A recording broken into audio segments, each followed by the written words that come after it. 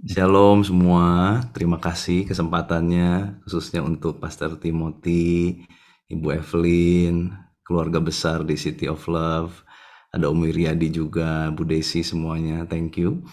Dan izinkan saya hari ini membagikan satu firman Tuhan, eh, yang saya beri judul adalah mempersiapkan wadah yang siap untuk diberkati Tuhan.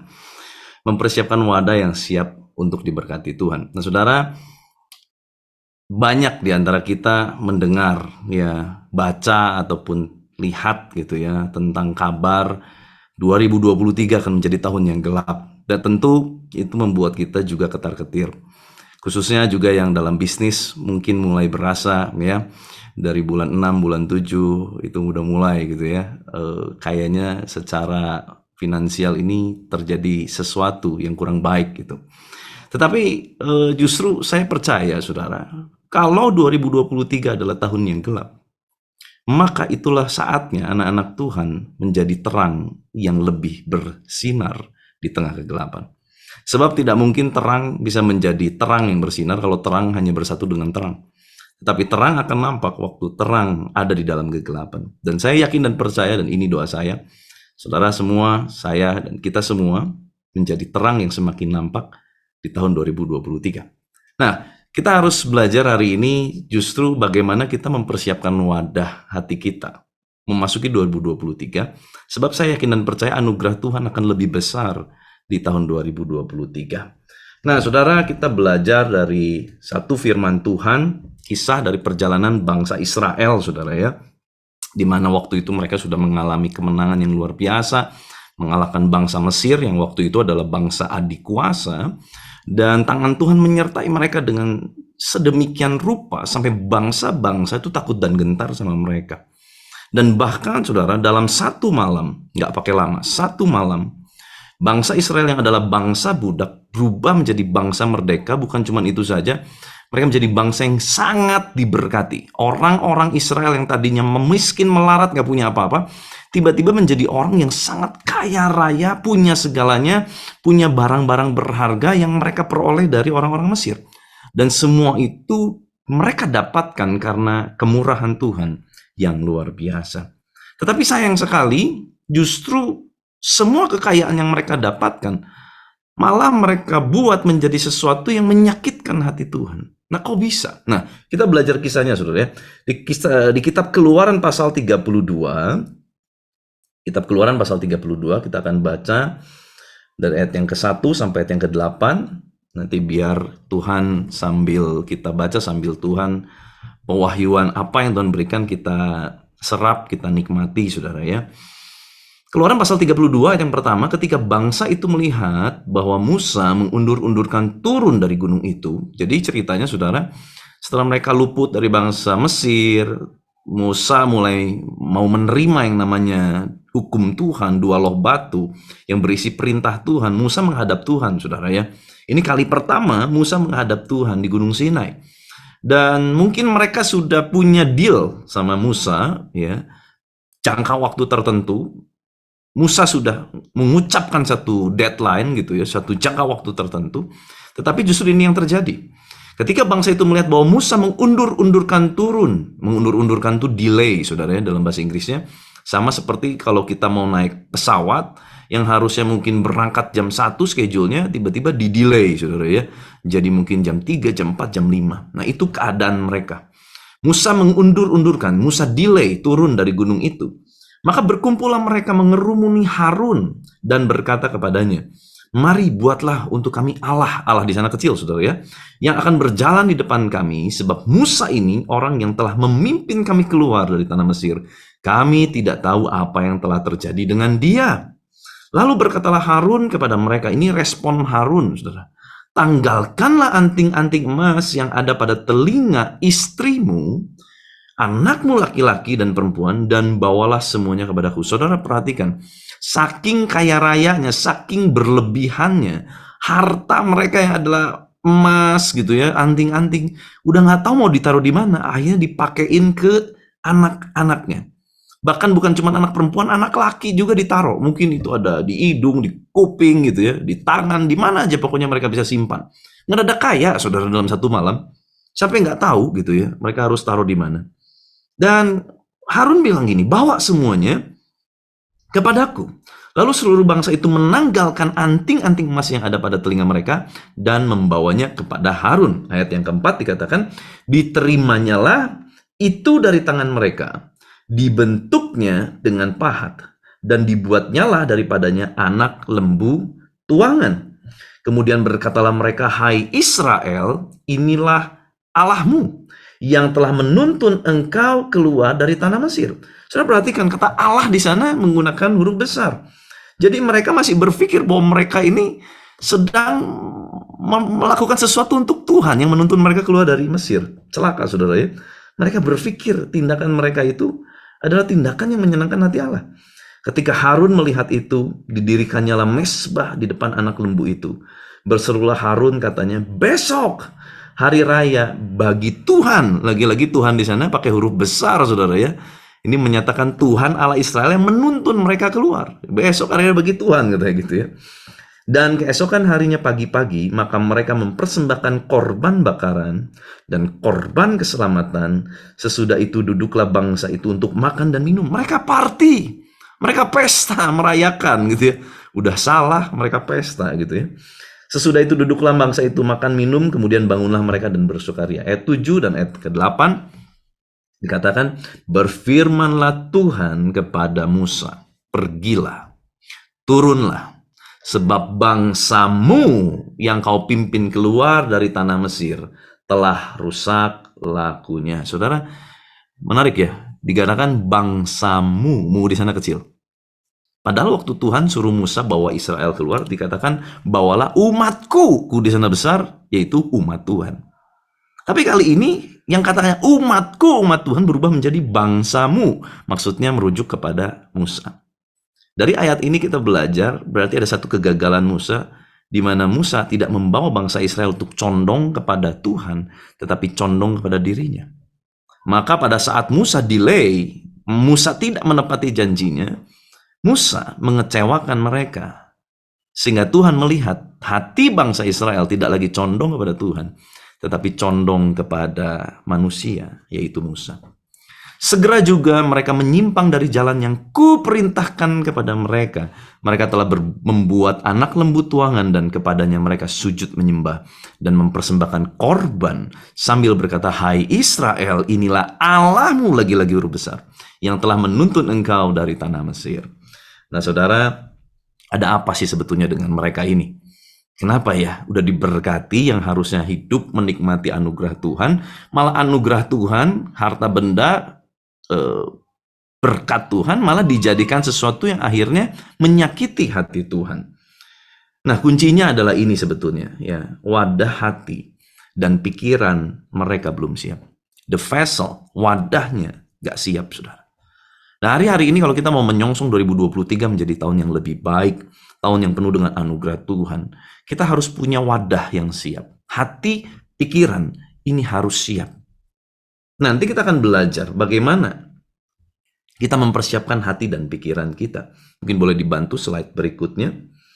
Ternyata kalau kita perhatikan di Keluaran pasal 32 ayat yang pertama, slide berikutnya sekali lagi. Kata mengundur-undurkan, ya, delay yang tadi saya sudah jelaskan, itu menggunakan bahasa Ibrani yang sama, yang memiliki arti adalah menjadikan mereka kecewa, to be disappointed. Tindakan Musa yang dianggap mengundur-undurkan, ternyata buat bangsa Israel ini menjadi sesuatu yang mengecewakan. Saudara, siapapun kita, kalau kita mulai berharap sama manusia, mohon maaf saudara, satu hari pasti cepat atau lambat kita pasti kecewa. Berhentilah mengandalkan manusia siapapun itu, sebaik apapun mereka. Sekalipun saya hamba Tuhan saudara, saya paling gak berani kalau ada orang mengandalkan saya. Saya takut satu hari saya akan mengecewakan mereka. So, saudara jangan pernah mengandalkan, menggantungkan harapan-harapan kita kepada manusia, kepada aset, kepada kekayaan, kepada hal-hal lahiriah. Jangan. Karena kita satu hari kita pasti kecewa.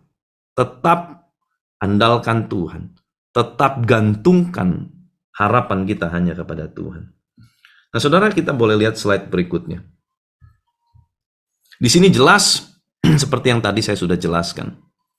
Waktu Tuhan berkata, bangsamu yang kau pimpin keluar dari tanah Mesir telah rusak lakunya. Tuhan sedang merujuk bahwa hati mereka bukan lagi condong kepada Tuhan, tetapi condong kepada Musa. Yang konon katanya pemimpin hebat, yang konon katanya luar biasa, yang konon katanya waktu dia mengangkat tongkatnya laut terbelah. Itu kan yang dilihat oleh bangsa Israel. Bangsa Israel kan nggak semuanya mengerti bahwa waktu Musa mengangkat tangan membelah laut terbelah, sebetulnya Tuhan yang sedang berperang ganti mereka. Tuhan yang membelah laut itu. Apa yang mereka lihat? Yang mereka lihat Musa membelah laut terbelah. Nah, saudara, pertanyaannya, kenapa sih harus anak lembu emas? Kenapa harus anak lembu emas? Sosok Allah yang terjadi. Kan nggak terjadi tiba-tiba ya. Tadi Harun jelas ya. Ayat Alkitab berkata, ada proses pemahatan. Ada proses penghilangan di mana emas-emas yang tadinya anting-anting ini dibakar dengan suhu yang panas sekali dan dicairkan menjadi emas tempaan. Dan mereka mulai memahatnya, mulai mengukirnya. Berarti ada satu proses. Kenapa harus lembu emas? Kenapa nggak singa, saudara ya? Singa kan lebih gagah begitu. Kenapa nggak macan? Macan aungannya lebih galak gitu ya. Kenapa nggak macan? Kenapa nggak singa? Atau burung Raja Wali mungkin? Kenapa harus lembu emas? Kalau kita perhatikan, Bilangan pasal 23-22 bilang begini. Allah yang membawa mereka keluar dari Mesir adalah bagi mereka seperti tanduk kekuatan lembu hutan. Ini kuncinya. Ternyata bangsa Israel sekalipun ikut Tuhan, sekalipun seolah-olah, mungkin ya kalau zaman sekarang ke gereja, rajin ibadah, rajin berdoa, berpuasa, baca firman, memuji, menyembah Tuhan, mungkin terlihat seperti itu. Tampaknya bangsa Israel berjalan dalam tuntunan Tuhan, tampaknya. Tetapi ternyata selama mereka ikut Tuhan, mereka punya paradigma, mereka punya image tentang Allah yang keliru. Mereka berpikir Allah yang menyertai mereka adalah Allah yang model begini, yang menanduk musuh-musuh mereka. Sebab yang mereka lihat, waktu mereka jadi budak, mereka keluar jadi orang merdeka, tiba-tiba bangsa-bangsa dihardik, ditanduk sama Tuhan. Jadi mereka langsung punya image, oh kalau Tuhan itu harus gini modelnya. Saudara bayangkan, kalau ternyata nanti satu hari Tuhan tidak lagi menanduk musuh-musuh mereka, maka Tuhan bukanlah Tuhan. Berapa banyak di antara kita yang mulai punya paradigma tentang Allah, mulai punya image-image tertentu, gambaran-gambaran tertentu tentang Allah yang kita sembah. Lalu kita mulai berkata bahwa kalau aku tidak disembuhkan, maka Tuhan bukanlah Tuhan. Kalau aku tidak diberkati, maka Tuhan bukanlah Tuhan. Kalau bisnisku tidak berhasil bangkit dari kegagalan, maka Tuhan bukanlah Tuhan. Kalau kita sudah berani berkata begitu, berarti kita sudah punya image tertentu tentang Allah, dan image itu keliru. Mari izinkan Tuhan menjadi Tuhan. Izinkan Tuhan menjadi Tuhan atas kehidupan setiap kita, saudara. Jangan biarkan image tentang Tuhan menjadi berubah. Karena apa? Karena kita punya paradigma. Karena kita punya keinginan-keinginan daging. Mohon maaf saudara, banyak, tidak sedikit ya, banyak orang jadi Kristen. Kalau ditanya, kenapa kamu jadi Kristen? Dulunya kamu misalkan agama lain. Oh iya, karena saya dengar orang Kristen kalau jadi Kristen, wah Tuhannya orang Kristen memberkati. Nah, udah punya image kan? Kalau jadi Kristen harus diberkati gitu. Oh iya, saya jadi Kristen karena katanya Tuhannya orang Kristen itu paling ampuh melindungi bisnis. Pabrik, perusahaan, wah ampuh. Nah berarti kan image tentang Tuhan adalah Tuhan tukang jaga bisnis. Lihat, bagaimana masih banyak kekristenan-kekristenan yang ada adalah hanya mencondongkan image tentang Tuhan terbatas kepada hal-hal lahiriah yang mereka harapkan terjadi dalam kehidupan mereka. Nah saudara, hari ini kita belajar ada 3 poin saudara ya, yang kita harus persiapkan. Bagaimana kita mempersiapkan wadah yang baik, yang sesuai, supaya waktu kita diberkati, kita nih siap, saudara ya. Nah, yang pertama, saudara, kita belajar, kita perlu mengubah mentalitas budak menjadi mentalitas anak. Mohon maaf kalau ini terdengar tidak nyaman, tetapi biarlah Alkitab mengajarkan kita apa adanya, hati kita terbuka, izinkan firman Tuhan mengajar kita. Mengubah mentalitas budak menjadi mentalitas anak. Tidak dapat dipungkiri mereka sudah diperbudak ratusan tahun. Mentalitas mereka adalah mentalitas budak. Tuhan mau setiap kita tidak lagi bermentalitas budak, tetapi bermentalitas anak, saudara. Seorang anak tidak pernah akan membiarkan perusahaan yang dibangun oleh ayahnya, oleh orang tuanya, hancur berantakan di tangannya. Tetapi seorang budak, dia nggak akan peduli. Mau perusahaan tempat dia bekerja hancur, hancurlah. Saya tinggal keluar cari pekerjaan lain. Itu budak. Seorang budak tidak akan peduli kalau ada jiwa-jiwa yang akan terhilang karena tindakan dan ucapan kita. Peduli amat.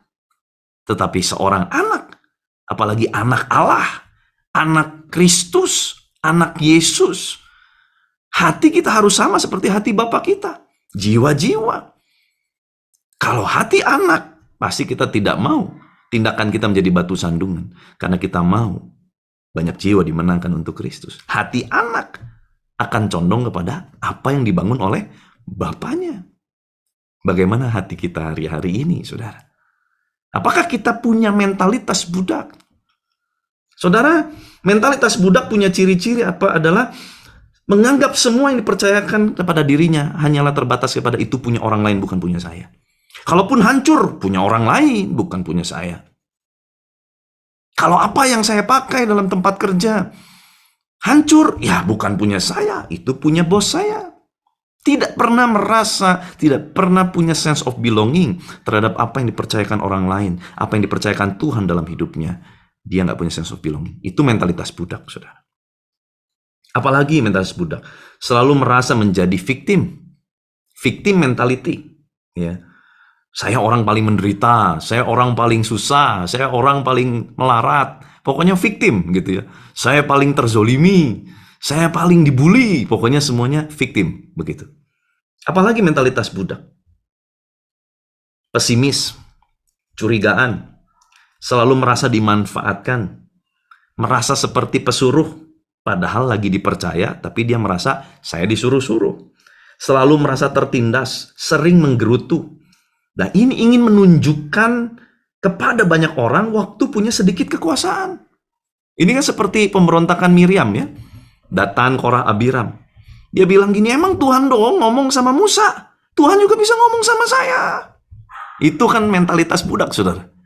Dia berkata, Tuhan cuma ngomong sama dia. No, Tuhan juga bisa ngomong sama saya. Punya sedikit kekuasaan. Miriam itu kan kakaknya Musa. Mungkin Miriam berkata, dia nggak ingat apa. Yang nyelamatin dia dari air itu siapa?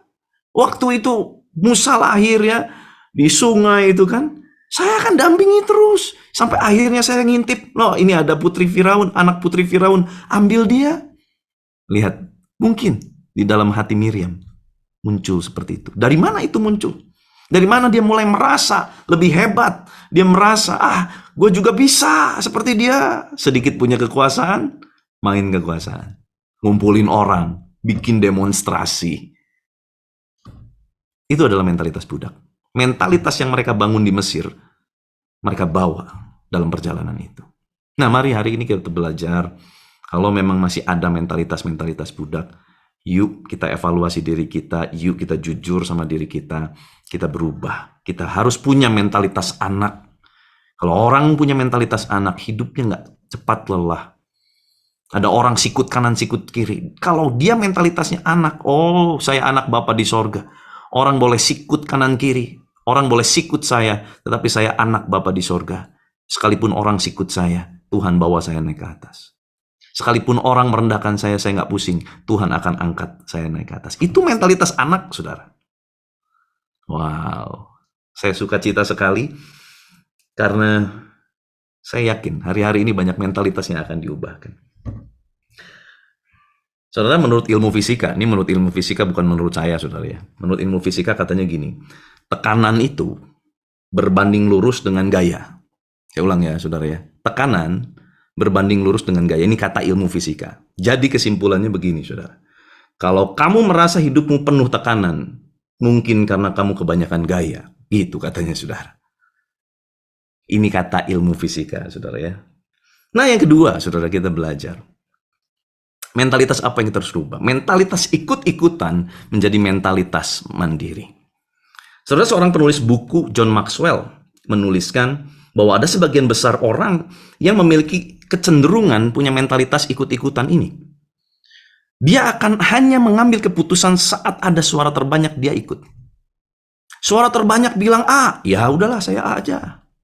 Mau makan apa? Semua bilang makan Sunda, ya Sunda aja lah. Mentalitasnya ikut-ikutan aja pokoknya. Di mana ada suara terbanyak, ikut. Pilih siapa? Caleg.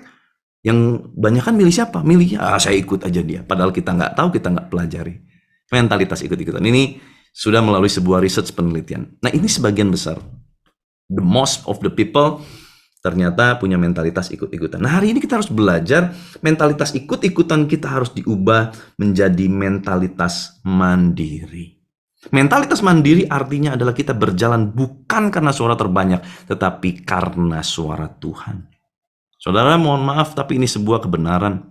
Seringkali suara Tuhan tidak pernah mewakili suara terbanyak. Suara terbanyak pun tidak pernah mewakili suara Tuhan. Kalau ada 1.000 orang mungkin berkata, ayo kamu bisa. Tapi mungkin suara Tuhan berkata lain. Suara mayoritas mungkin berkata, kamu harus begini, kamu harus begitu menghadapi 2023. Harus banyak uang cashnya. Cairin, jangan banyak invest. Wah, itu kan banyak suara terbanyak begitu.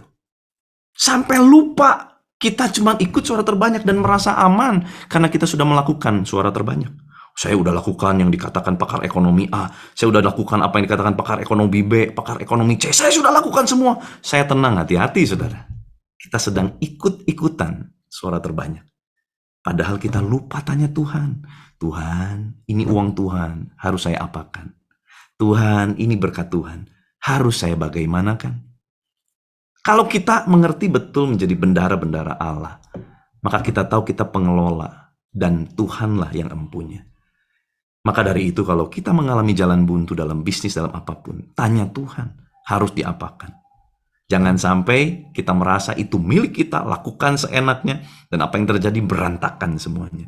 Ingat, percuma didukung 1.000 orang sekalipun, kalau Tuhan tidak mendukung kita. Percuma kita merasa kita sudah aman, karena kita sudah lakukan suara terbanyak. Semua orang lakukan ini, Pak. Tapi pertanyaan saya, Tuhan suruh nggak lakukan itu? Lebih baik apa yang Tuhan suruh sekalipun itu nggak populer. Tetapi kita lakukan, sebab ujungnya pasti kebaikan. Daripada kita melakukan yang populer, tetapi tidak suara Tuhan, ujungnya kebinasaan. Hati-hati saudara ya. Yuk kita rubah mentalitas kita. Nah, yang ketiga. Mengubah mentalitas transaksional menjadi mentalitas memberi. Mengubah mentalitas transaksional menjadi mentalitas memberi. Saudara, kita akan bahas 2 tokoh ya sebagai penutup kita. Ada Simon Petrus dan nanti tokoh kedua adalah Paulus yang tadinya namanya Saulus. Mohon maaf saya tidak sedang membandingkan 2 tokoh ini sebab 2 orang ini adalah 2 orang yang hebat luar biasa. Tetapi saya mau mengajak kita melihat bagaimana awal Petrus ikut Yesus. Ternyata mentalitasnya transaksional. Dan nanti kita lihat ya bagaimana cara Paulus ikut Yesus. Bagaimana mentalitasnya. Kita lihat ya. Saudara, mari kita lihat mentalitas Petrus dulu, saudara ya. Matius pasal 19 ayat 27, boleh slide berikutnya. Matius pasal 19 ayat 27, dikatakan lalu Petrus menjawab dan berkata kepada Yesus. Ini mentalitas Petrus pertama kali ikut Yesus. Kami ini telah meninggalkan segala sesuatu dan mengikut Engkau. Jadi, apakah yang akan kami peroleh? Lihat, ada sebuah transaksi di sana. Di mana Petrus berkata, Tuhan, saya udah kasih ini loh. Saya udah kasih hidup saya, meninggalkan pekerjaan saya yang lagi rame-ramenya itu. Demi Tuhan ini. Saya melayani Tuhan. Pekerjaan saya tinggalkan ini demi Tuhan. Buat Tuhan, sesuai panggilan Tuhan. Jadi apa yang aku peroleh? Ini kan gini, Tuhan, I already give this, so what can I get from you? Tuhan, aku sudah kasih ini buat Tuhan, apa yang bisa aku dapatkan? Ini adalah mentalitas give and take. I give so I can take. Malah kalau bisa, I give little, I take more. Saya beri sedikit, saya ambil lebih banyak. Mohon maaf saudara, mungkin ini cukup keras. Tetapi saya rindu saudara betul-betul menjadi wadah yang siap diberkati Tuhan.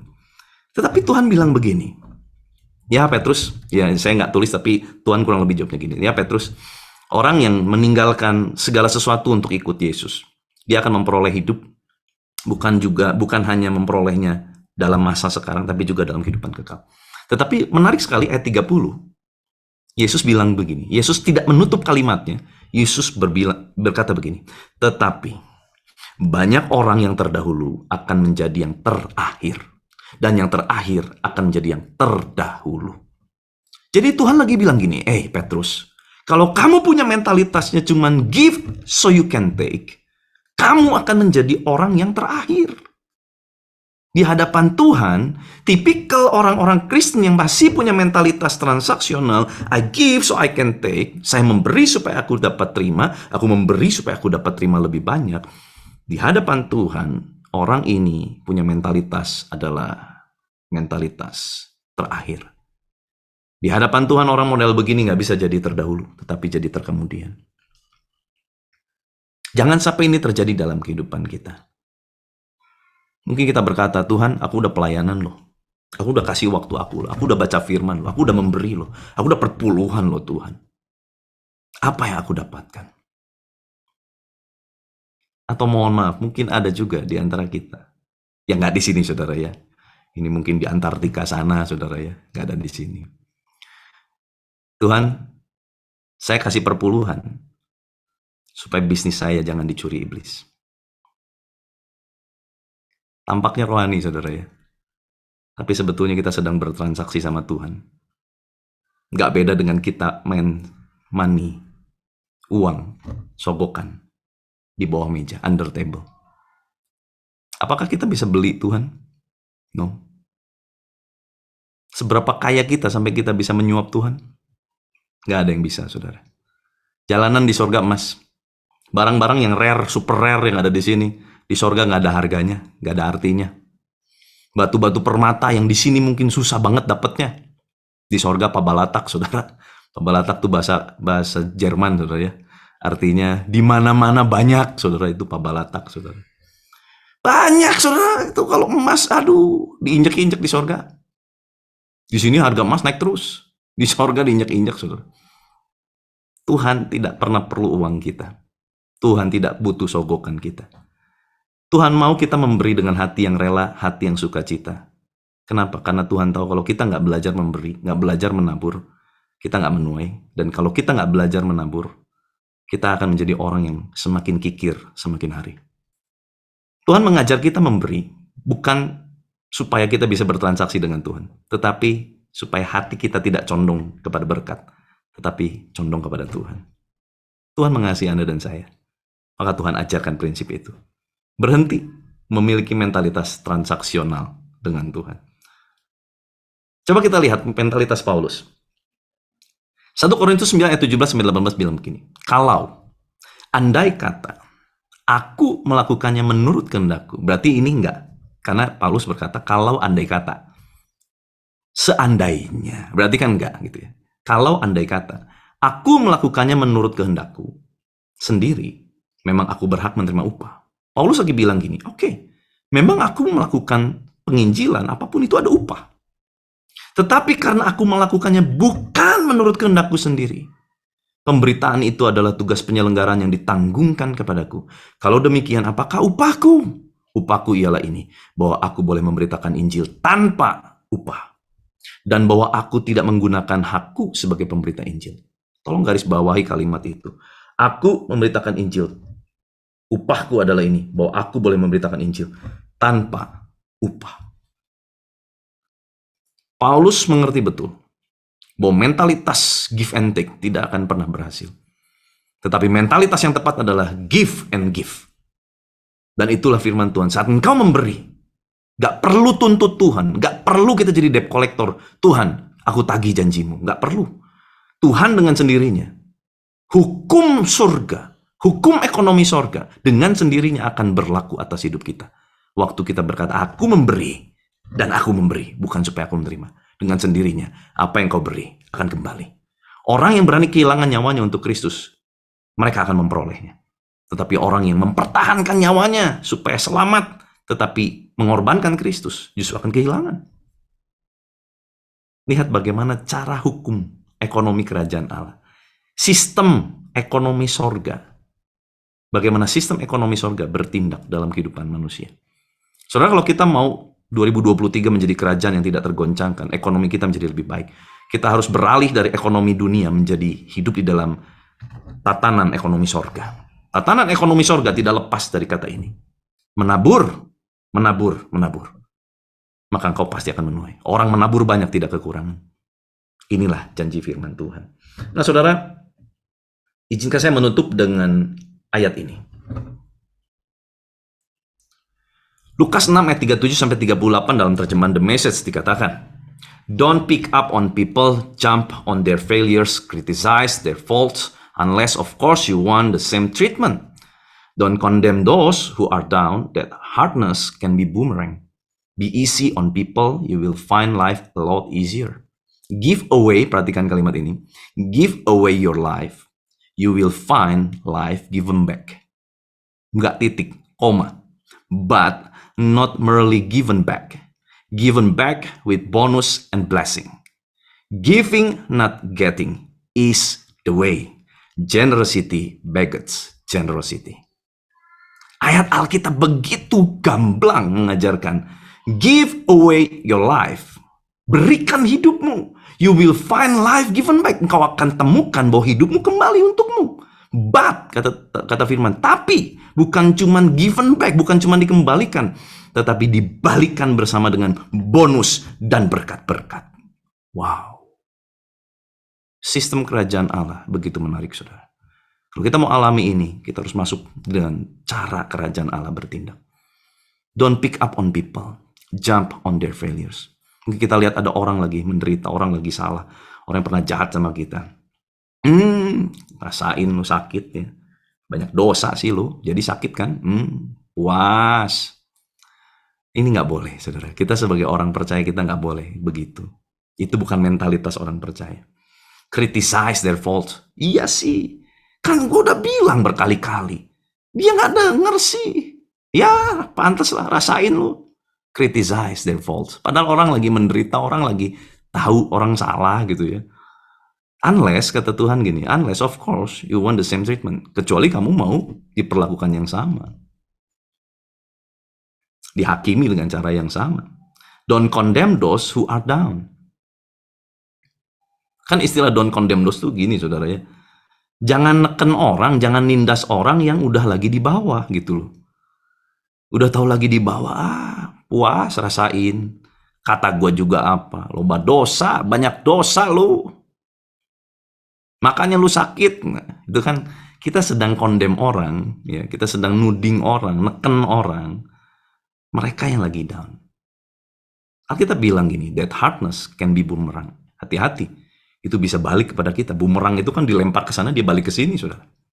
Be easy on people, you will find life a lot easier.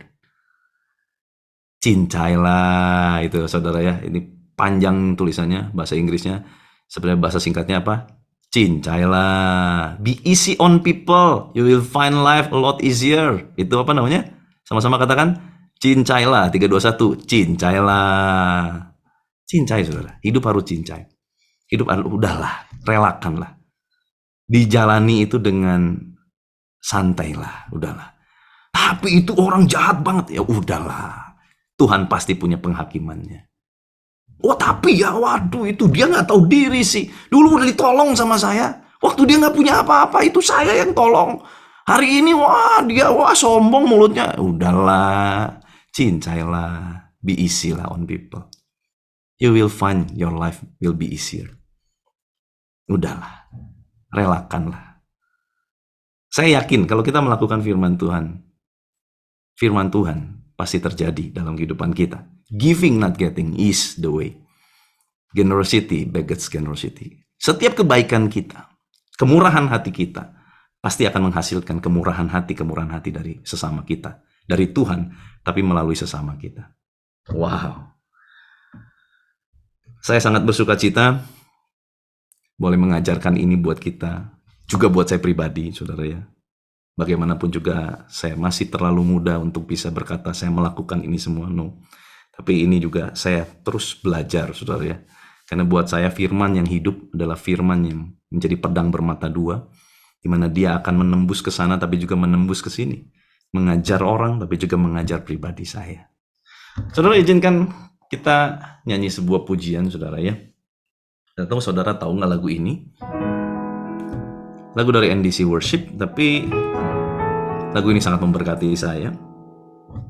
Ku ingin selalu dekat, mendengar suaramu Bapa, lebih dari segalanya. Ku ingin mengenalmu, rahasia hatimu, hanya itu rinduku. Memilihmu bagian yang terbaik, selamanya takkan terganti. Harta yang paling berharga hanya Kau Yesus selamanya. Yuk dari depan yuk kita katakan, ku ingin selalu dekat, mendengar suaramu Bapa, lebih dari segalanya. Ku ingin mengenalmu, rahasia hatimu, hanya itu rinduku. Memilihmu bagian yang terbaik, selamanya takkan terganti. Harta yang paling berharga hanya Kau Yesus selamanya. Lagi katakan, memilihmu bagian yang terbaik, selamanya takkan terganti. Harta yang paling berharga hanya Kau Yesus selamanya.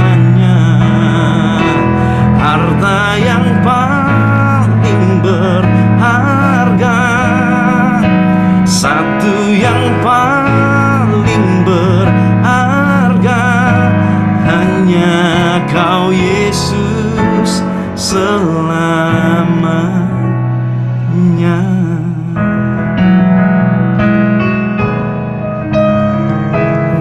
Shandaya yararari,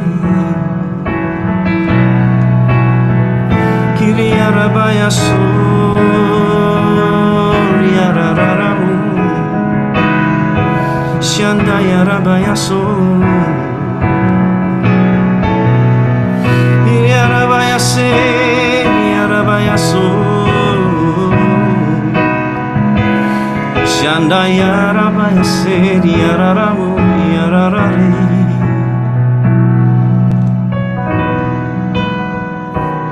Malam hari ini Tuhan, kami mau pilih Tuhan.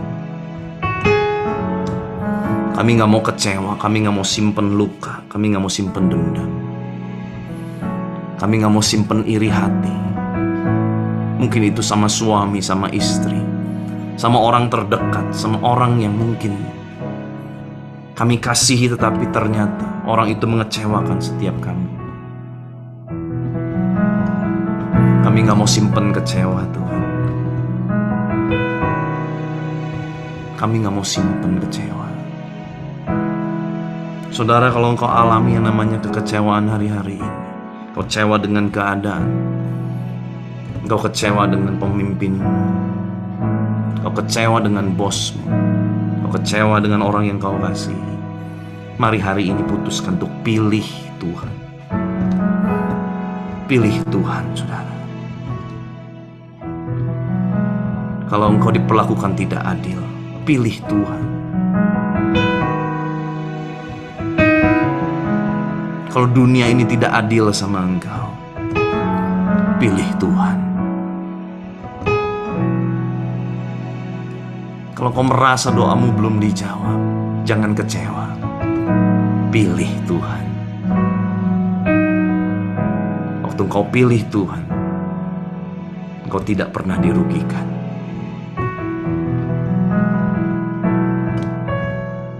Tuhan, kau lihat setiap hati yang terangkat.